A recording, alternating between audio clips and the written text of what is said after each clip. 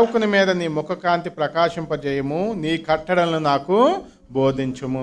మన ఆత్మీయ జీవితంలో దేవుని ముఖకాంతిలోనికి మనం వెళ్ళాలి. ఏదో దేవునికి దూరంగా భయంగా ఉండడానికి దేవుడు మనల్ని పిలవలేదు. ఒకప్పుడైతే దేవుని ఆరాధించాలి అంటే ఆవరణం దగ్గరికి వచ్చి కొంతమంది ఆగిపోతూ ఉండేవారు అన్యజనులు. తర్వాత పరిశుద్ధమైన స్థలానికి కొంతమంది యాజకులు మాత్రం వెళ్ళేవారు, పురుషులు మాత్రమే వెళ్తూ ఉండేవారు. అతి పరిశుద్ధమైన స్థలానికి వెళ్ళాలంటే ప్రధాన యాజకుడు, అది కూడా సంవత్సరానికి ఒక్కసారి మాత్రమే వెళ్తూ ఉండేవాడు. ఆ ప్రధాన యాజకుడు కూడా ఎలా పడితే అలా వెళ్ళడానికి వీల్లేదు. చాలా పరిశుద్ధంగా వెళ్ళాలి, పవిత్రంగా వెళ్ళాలి. అలా వెళ్ళేటప్పుడు అతనికి ఏవైతే వస్త్రాలు ధరించేవారో ఆ వస్త్రాలకు గంటలు కట్టిబడి ఉండేవి. అలాగే నడుముకు ఒక తాడు కట్టేవారు. ఆ యాజకుడు వెళ్ళి దేవుణ్ణి ఆరాధించి ప్రజల పక్షాన తన పక్షాన వారి పాపాలు దేవుని దగ్గర ఒప్పుకొని ఆరాధన చేసి ధూపం వేసి వస్తూ ఉండేవాడు. ఎప్పుడైతే గంటల శబ్దం వినిపించలేదో అర్థం ఏంటంటే అతను చనిపోయాడని అర్థం. అతను చనిపోయాడని పరిగెట్టుకుని వెళ్ళి వీళ్ళు కనుక అతను తీసుకురావాలనుకుంటే వీళ్ళు కూడా చనిపోతారు. మీకు అర్థమయ్యే భాషలో చెప్తాను. వర్షాకాలం వచ్చిందనుకోండి, ఎవరో ఒక పిల్లవాడు కరెంటు స్తంభాన్ని పట్టుకున్నాడు, కరెంట్ షాక్ కొట్టింది. హడావిడిగా మనం కూడా వెళ్ళి కాపాడాలనే ఉద్దేశంతో పట్టుకుందాం అనుకోండి, మనల్ని కూడా కరెంట్ షాక్ కొడుతుంది, అందరూ కూడా చనిపోతారు.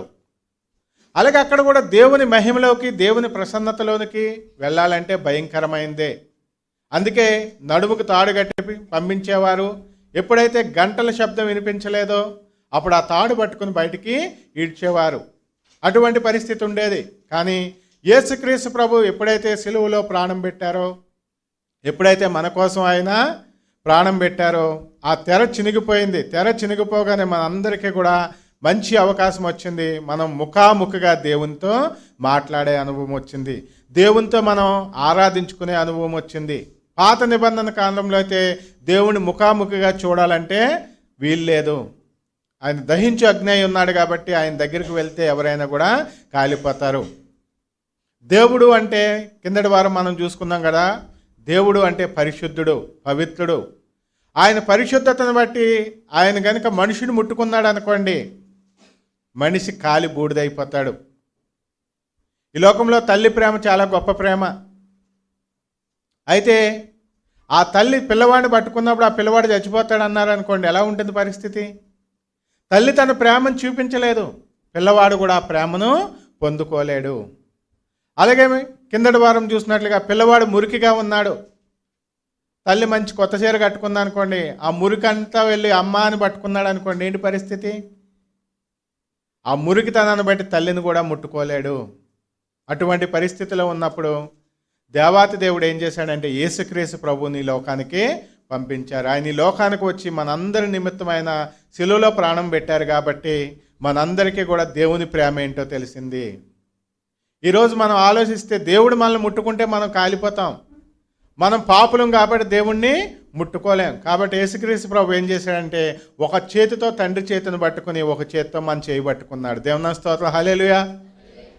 కాబట్టి యేసుక్రీస్తు ప్రభు తండ్రిని పట్టుకుంటే కాలిపోడు. కారణం ఏంటి? యేసుక్రీస్తు ప్రభు దేవుడే. యేసుక్రీస్తు ప్రభు మనల్ని పట్టుకుంటే మనం కాలిపోం. కారణం ఏంటి?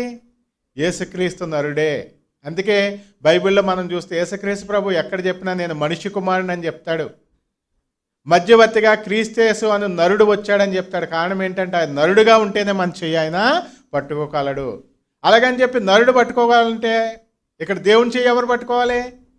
మళ్ళీ నరుడు పట్టుకోకూడదు కాబట్టి దేవుడే పట్టుకోవాలి. అందుకే క్రీస్తు నరుడు ఆయన దేవుని కుమారుడిగా, మనిషి కుమారుడిగా ఈ లోకానికి వచ్చి మనకు దేవునికి సాన్నిహిత్యాన్ని చేశాడు. ఆయన చేసిన కార్యాన్ని బట్టి రోజు మనం దేవుని ముఖకాంతిలో అడగొచ్చు, ప్రభువా నీ ముఖకాంతిని మా మీద ప్రకాశింపజేయము. మోషే గారు దేవుని దగ్గరికి పర్వతానికి వెళ్ళి అక్కడ 40 రోజులు ఉన్న తర్వాత వస్తూ ఉంటే మోషే ముఖము ప్రకాశించిందట. అలాగే నీవు నేను కూడా దేవుని సన్నిధిలో ఉంటే మన జీవితాలు ప్రకాశిస్తాయి, మన ముఖాలు ప్రకాశిస్తాయి. యేసుక్రీస్తు ప్రభు నమ్ముకున్న వారు ఎవరైనా కానీ వారి ముఖాలు చూసి చెప్పవచ్చు, వీరు సంతోషంగా ఉంటారు, వీరు ఆనందంగా ఉంటారు. మనం మంచి చేస్తున్నాం అనుకునే చాలా విషయాల్లో మనం వెనకబడిపోతూ ఉన్నాం. ఈరోజు గమనించినట్లయితే రిజల్ట్ వచ్చినాయి, ఇంటర్మీడియట్ రిజల్ట్స్ వచ్చినాయి, కానీ ఎవ్వరూ సంతోషంగా లేరండి. 470కి 466 మార్కులు వస్తున్న వాళ్ళు కూడా సంతోషంగా లేరు. 4 మార్కులు పోనీ అనే బాధ. నిన్నటిదిన్న మా కొలీగ్ ఒక ఆయన చెప్తూ ఉన్నాడు, వాళ్ళ రిలేటివ్స్లో ఒక అబ్బాయికి ఆల్ ఇండియాలో 36 అంటే 36వ ర్యాంక్ వచ్చిందట. 2 రోజుల నుంచి ఏమి తింటలేదు, గదిలోంచి బయటికి రావడం లేదని చెప్తున్నాడు. 36 ర్యాంక్ వచ్చినా ఆనందం లేదు, 360 వచ్చినా ఆనందం లేదు. ఏంటంటే సాతాను ఏం చేస్తూ ఉన్నాడంటే మన దుఃఖంలో బంధించేస్తూ ఉన్నాడు, మానవ లోకాన్ని స్ట్రెస్లో పెట్టేస్తూ ఉన్నాడు. చదువు అనేది ఒక భాగము, చదువు ఉండాలి, కానీ చదువే జీవితం కాదు. బ్యాలెన్స్ చేసుకోవాలి. 600కి 600 మార్కులు వచ్చేసి వాడు దేవుణ్ణి నమ్ముకోకపోతే, యేసుక్రీస్తు అక్కడ అంగీకరించకపోతే ఏమవుతాడు? ఖచ్చితంగా నరకానికే వెళ్తాడు. ఐఏఎస్ ఐపీఎస్ అయిపోయాడు, మంచి హోదా వచ్చింది, అయినా కూడా ఒక మంచి తండ్రిగా లేడు, ఏమవుతుంది పరిస్థితి? ఒక మంచి భర్తగా లేడు, ఏమవుతుంది పరిస్థితి? అన్నీ బ్యాలెన్స్ చేసుకోవాలండి. నిన్నటిదైనా ఒకరు ఒక పోస్ట్ పెట్టారు, అందరూ చదువుకున్న వాళ్ళే, కానీ రోడ్డు మీద చూడండి ట్రాఫిక్ కానిస్టేబుల్ లేడంటే ఎలా ఉంటుంది ట్రాఫిక్? చదువు లేని వాళ్ళంటే అందరూ చదువుకున్న వాళ్ళే. ఇప్పుడు బ్రాందీ షాపుల దగ్గర ఉన్న వాళ్ళు ఏమైనా చదువులేని వాళ్ళు అనుకుంటాం, అందరూ చదువుకున్న వాళ్ళే.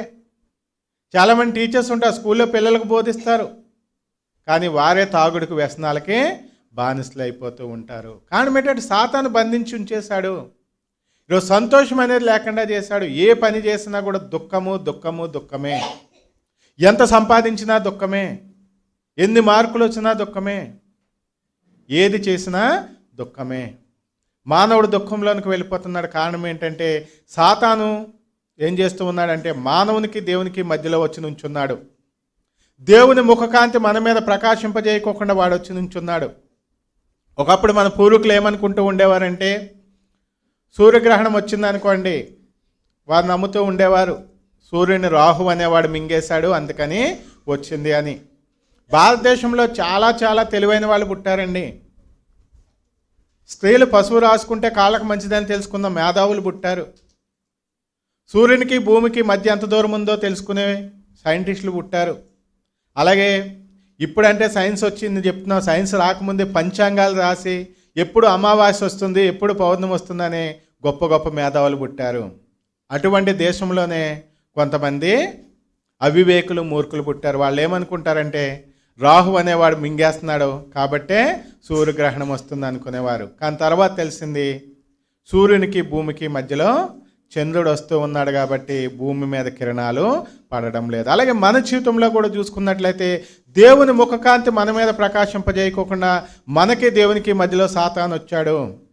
ఎప్పుడైతే సాతాను అక్కడ ఉన్నాడో మనం ఆనందమే మర్చిపోయాం, సంతోషమే మర్చిపోయాం. చిన్న చిన్న విషయాలకే కోపాలు, చిన్న చిన్న విషయాలకే బాధలు, చిన్న చిన్న విషయాలకే ఆత్మహత్యలు. ఒక వ్యక్తి ఇంటర్మీడియట్ ఫెయిల్ అయిపోయాడని వెళ్ళి ఆత్మహత్య చేసుకున్నాడు. నిజంగా కష్టపడి చదివితే ఎందుకు ఫెయిల్ అవుతారండి? ఒకప్పుడున్న చదువులకి ఇప్పుడున్న చదువులకి చాలా తేడా ఉంది. ఒకప్పుడు ఫస్ట్ క్లాస్ అంటే చాలా గొప్ప. ఒక ఊర్లో ఇద్దరికో ఒక్కరికో లేకపోతే ముగ్గురికో ఫస్ట్ క్లాస్ వచ్చేది అంతే. ఇప్పుడు పేరు కరెక్ట్గా రాయడం వస్తే చాలు, ఖచ్చితంగా మార్కులు పడిపోతూ ఉన్నాయి. అయినా ఫెయిల్ అయిపోయాడంటే అతని బుద్ధిహీనతే కదా, ఎవరిదన్న కారణం ఉందా? చదువుకునే వయసులో చదువుకోకుండా, చదువుకునే సమయంలో చదువుకోకుండా తర్వాత ఆత్మహత్య చేసిపోతే ఎవరికి నష్టమండి? చదవకపోవడం ఒక తప్పు, ఫెయిల్ అయిపోయిన తర్వాత ఆలోచించడం రెండో తప్పు. కారణం ఏంటంటే పిల్లల్ని అలా పెంచేస్తున్నాం మనమే, తల్లిదండ్రులమే. పిల్లలు కూడా అలాగే ఉన్నారు.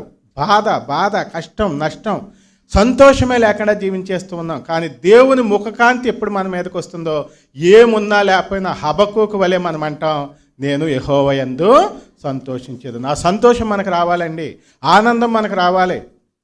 కష్టపడండి, కష్టపడొద్దని చెప్పడం లేదు, కానీ కష్టపడేటప్పుడే కష్టపడాలి. కానీ మార్కులు వచ్చినప్పుడు ఏడిస్తే ఉపయోగం లేదు. మన ఆత్మీయ జీవితంలో కూడా అంతే. రక్షణ పొందమన్నప్పుడే రక్షణ పొందాలి, కానీ దేవుని రాకడ వచ్చిన తర్వాత ఎంత ఏడిసినా ఉపయోగం లేదు. అందుకే దేవుని వాక్యం తెలియజేస్తూ ఉంది, నీ సేవకుని మీద, మనమందరం ఆయన సేవకులం, ఆయన ముఖకాంతి కనుక ప్రకాశింపజేస్తే, ఆయన కట్టళ్ళు మనకు బోధిస్తే మన జీవితం ఆనందంగా సాగిపోతుంది. మోషే గారి జీవితంలో చూసుకుంటే, మోషే గారు ఎన్నో శాస్త్రాలు అభ్యసించాడు, ఎన్నో నేర్చుకున్నాడు, ఎన్నో తెలుసుకున్నాడు. అయినా కూడా అతని జీవితంలో ఎప్పుడూ పరిపూర్ణత లేదు. మోషే రాజభవంతుల్లో ఉండి అన్ని శాస్త్రాలు నేర్చుకున్నప్పటికీ కూడా అతని జీవితంలో పరిపూర్ణత లేదు. ఎప్పుడైతే అతను హోరేబు కొండకు వచ్చాడో అక్కడి నుంచి అతని జీవితం మారిపోయింది. 40 సంవత్సరాల గొర్రెల వెనకాల కష్టాలు పడ్డాడు. ఎందుకంటే అతనికి శ్రమ అంటే ఏంటో తెలియజేయాలి అని దేవుడు ఏం చేశాడంటే అతన్ని 40 సంవత్సరాలు తర్పిదిచ్చాడు. అతను రాజభవంతిలోంచి నాయకుడిగా వచ్చుంటే ఆయన నాయకత్వం ఎలా ఉండేదంటే, మనం చూస్తాం, కిందటిసారి సురేష్ గారు కూడా తెలియజేశారు ఈ విషయాలు. ఆయన నాయకత్వం ఎలాగుండేదంటే, తప్పు చేశాడో వాడిని చంపే, అంతే. అదే ఆయన నాయకత్వం. కానీ ఎప్పుడైతే దేవుని సన్నిధికి వచ్చాడో, హోరేబు కొండకు వచ్చాడో, మోషే దృక్పథం మారిపోయింది, మోషే ఆలోచన మారిపోయింది. మోషే ఏ విధంగా మనుషుల్ని నడిపించాలనే ఆలోచన అతనికి వచ్చింది.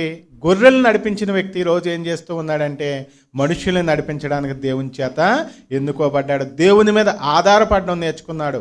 కానీ అదే వ్యక్తికి ఏది లేదంటే, ఒక కష్టం వచ్చిందంటే, నష్టం వచ్చిందంటే వెంటనే దేవుని మాట వింటాడు. అందుకే మోషేని దేవుడు ఏం చేశాడంటే, అనేక శ్రమల ద్వారా నడిపించి, అనేక కష్టాల ద్వారా నడిపించి నాయకుడిగా అక్కడికి నడిపించాడు. అలాగే మన జీవితంలో కూడా మనం చూసుకున్నట్లయితే అనేక సందర్భాల్లో మనం ఏం చేస్తూ ఉన్నామంటే, దేవునికి దూరం అయిపోయి, ఆయన ముఖకాంతికి దూరం అయిపోయి మనం ఒంటరిగా జీవిస్తూ ఉన్నాం. దేవుడు లేడు అన్నట్లుగా జీవిస్తూ ఉన్నాం. దేవుడు నాకు వద్దు అన్నట్లుగా జీవిస్తూ ఉన్నాం. కానీ మనం ఎలా జీవించాలంటే, ప్రభువా నీ ముఖకాంతి నా మీద ప్రకాశింపచేయ్యా. నీ ముఖకాంతిలోకి వస్తే ఏమవుతుంది? భక్తుడు చెప్పాడు కదా దావీదు గారు, నీ ముఖకాంతిలో నా రహస్య పాపాలు కనిపిస్తాయి. దేవుని ముఖకాంతిలోనికి మనం వచ్చామంటే మన జీవితంలో ఉన్న డాగులు కనిపిస్తాయి, మన జీవితంలో ఉన్న కష్టాలు కనిపిస్తాయి, మన జీవితంలో ఉన్న ఇబ్బందులు కనిపిస్తాయి. అయినప్పటికీ మీ మాట మీరు చాలా జాగ్రత్తగా వినాలి. చూడండి 136 ఏమంటున్నాడు? జనులు నీ ధర్మశాస్త్రము అనుకుపోయినందుకు నా కన్నీరు ఏరులై పారుచున్నది. ఈరోజు నీవు నేను మనం కూడా అలాగే దుఃఖించాలి. మన కుటుంబంలో కానీ, మన స్నేహితుల్లో కానీ, మన ఊరి వారి కానీ, మన బంధువులు కానీ ఎవరైనా దేవుని నమ్ముకోకుండా ఉంటే మనం బాధపడాలి. ప్రభువా వారు నిన్ను నమ్ముకోలేదయ్యా. మన కష్టాల గురించి మనం ఏడుస్తాం కాదండి, మన ఇబ్బందుల గురించి మనం ఏడుస్తాం కాదు, ఎదుటి వారి గురించి ఏడవాలి. అందుకే యేసుక్రీస్తు ప్రభు సిలువలో వెళ్తున్నప్పుడు వాళ్ళందరూ యేసుక్రీస్తు ప్రభు కోసం ఏడుస్తున్నాం అనుకున్నారు. ఆయన ఏమన్నారు? యెరూషలేము కుమార్తెలారా, నా కోసం కాదు, మీకోసం, మీ పిల్లల కోసం ఏడవండి. మనము కూడా అంతే, మన కోసం, మన పిల్లల కోసం, మన చుట్టుపక్కల ఉన్న వారి కోసం కన్నీరు కార్చి ప్రార్థన చేయాలి. క్రైస్తవుల్లో 2 లక్షణాలు ఉండాలి. ఒకటి ఏంటంటే ఏడ్చే గుణం, రోదన చేసే గుణం ఉండాలి. రెండోది సంతోషించే గుణం ఉండాలి. కానీ మనం విచిత్రంగా ఉన్నాం. ఎలా ఉన్నాం? మన కోసం వచ్చేటప్పటికేమో ఏడుస్తూ ఉన్నాం, లోకం కోసం వచ్చేటప్పటికి మాకేం పట్టదులే, నేను బాగున్నాను కదా అన్నట్టుగా ఉన్నాం. అలాగ ఉండొద్దండి. మన కోసం వచ్చేటప్పటికి మనం ఏం చేయాలంటే, మన ఆత్మీయ జీవితం వచ్చేటప్పటికి ఎన్ని కష్టాలున్నా హబక్కూకు వలె సంతోషించాలి. లోకం విషయం వచ్చేటప్పటికి వాడికి డబ్బు ఉంది, బాగానే ఉంది కాదు, వాడికి రక్షణ లేదు, అయ్యో ప్రభువా అతన్ని రక్షించని కన్నీరు కార్చాలి. ఈ 2 అనుభవాలు ఉండాలి ప్రతి ఒక్కరికి కూడా. శుక్రవారం వచ్చిందనుకోండి, కన్నీరు కాచి ప్రార్థన చేయాలి. ఆదివారం వచ్చిందనుకోండి, ఎన్ని కన్నీరు మీ జీవితంలో ఉన్న సంతోషంతో దేవుణ్ణి స్తుతించాలి. స్తుతించి ఆరాధించాలంటే ఆటోమేటిక్గా కాదండి, లేదంటే పక్క వాళ్ళని చూసి కాదు, లేదంటే ఏదో చెప్పారని కాదు, హృదయంలోంచి సంతోషం రావాలి. హృదయంలోని సంతోషం ఎప్పుడు వస్తుంది? దేవుడు మనకు ఉన్నాడు అనే ఆలోచన ఎప్పుడైతే ఉంటుందో మనం కూడా చెప్తాం కదా, నీవు నాకుండగా ఈ లోకంలో ఏది నాకు అక్కల. పాటలు పాడతాం, పాటలు పాడటమే కాదు కానీ మన జీవితంలో కూడా మనం ఆ మాటలను జ్ఞాపకం చేసుకోవాలి. ప్రతి ఒక్కరు కూడా ప్రభా నీవు నాకున్నావు, ఇంకా ఏమీ నాకు అక్కర్లేదయ్యా అనే అనుభవంలోనికి రావాలి.